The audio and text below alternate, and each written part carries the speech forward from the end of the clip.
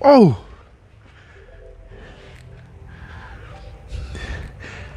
oh my goodness! I wish he had to pull the front valve cover, but we wasted enough time on this.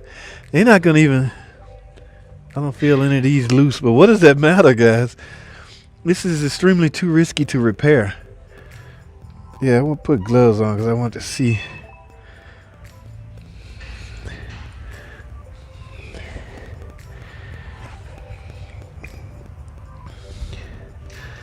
Guys, what else besides who you engine heads out there? What else besides lack of oil change would cause this?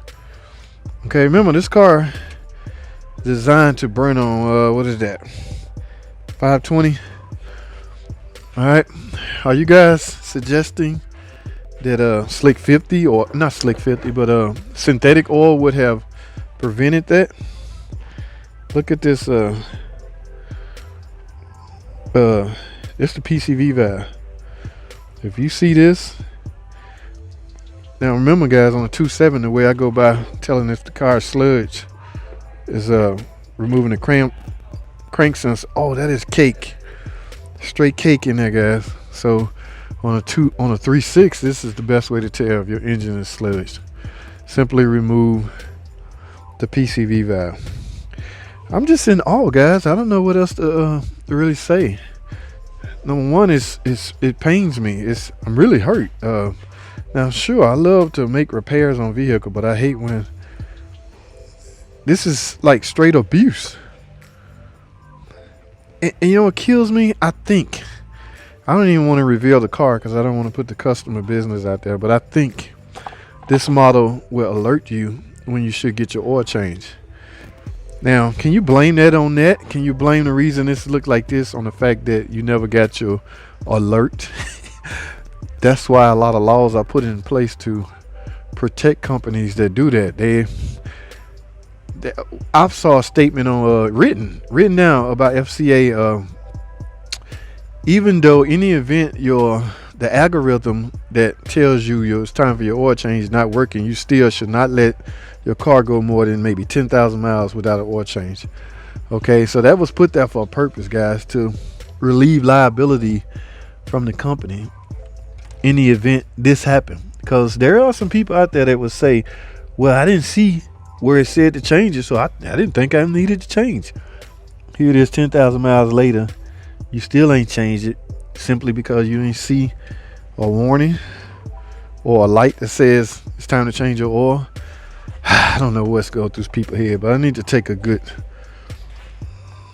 Yes, I've seen sludged up engine, but never a 3.6 this bad, guys.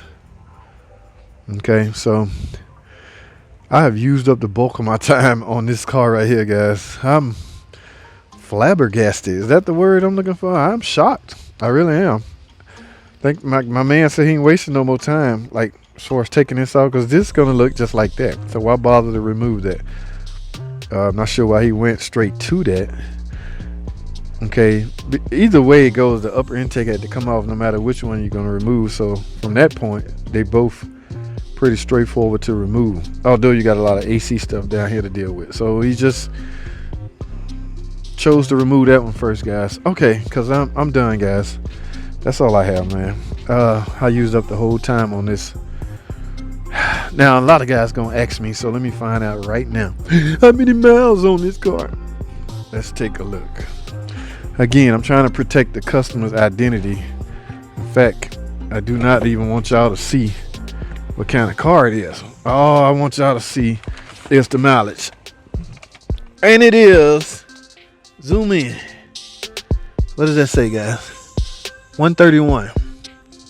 Okay, it's trying to focus.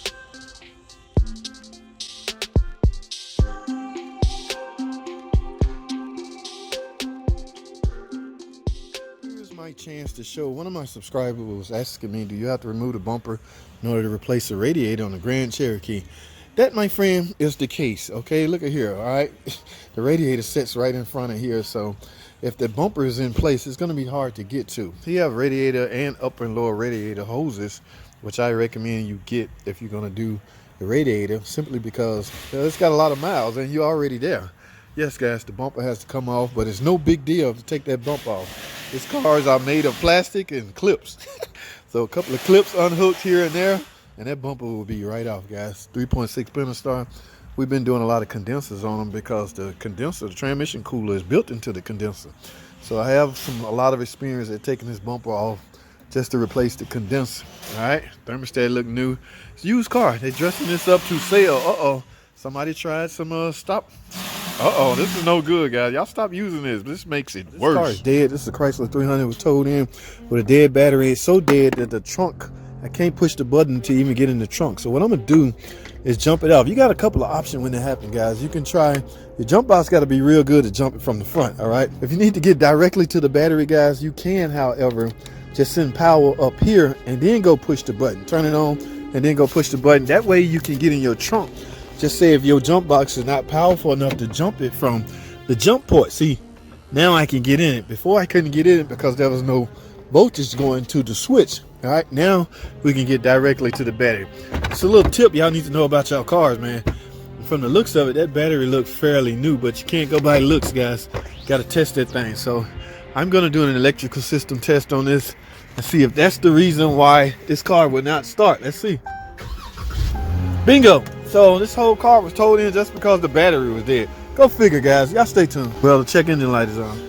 Hashtag short, guys. Y'all remember the 300 I talked about? The door handle is broken. I said if they sell it, I'm going to shoot a video on it. Well, this is not a repair video because this is a shorts video. But my parts came in, guys, so I got the handle for this one. Remember, notice there's a hole right here. That's for the key cylinder. Okay, now this rear one, which is also broke, doesn't really have a key cylinder hole. So this is the handle for this one. Okay, now the door panels have to come off to replace this, guy. I'm sure you're aware of that, but this is fairly easy. Like I said, I can't film it on these little bitty short videos. I just wanted to talk about it. However, when I get the door panel off, I might whip out the camera and show y'all a couple of little tips and tricks. Okay, this happens quite often, guys. Okay, a lot of people would rather do them all four, but she say only do the ones that's broken. So that's exactly, this one was on the way out, not quite there, but it was on the way. So guys, I got a lot of work to do. Y'all stay tuned for some full videos, man. All right. Hashtag short. Hashtag short, guys. Here we go back at this Ram 1500, guys. That keep coming in for the purge valve code. Well, guys, my part came in. Here's my part. This is the hose for the vent hose from the, not even a vent hose from the canister to the tank, the rollover valve. Look how they got this set up, guys. They put an external hose, they put a water hose on it, and as you can see, it was crimped up right here, and it kept setting purge code. It's like 3 brand new purge valves has been put on here. Well, here's the hose, guys. I still say they could have pulled this off had they routed this a little differently, because you see the new one go like this. All right, so which tells me all they had to do was route this under here and not route it this way. It wouldn't have got pinched. See, it's pinched right here and it stops it up. All right, that is not good. So in other words, I got a full explanation coming up, guys, on a full video. Y'all stay tuned for that. But yeah, my parts here for this hose. I'm about to get this put on and we're gonna take care of this purge system. All right, let's get it.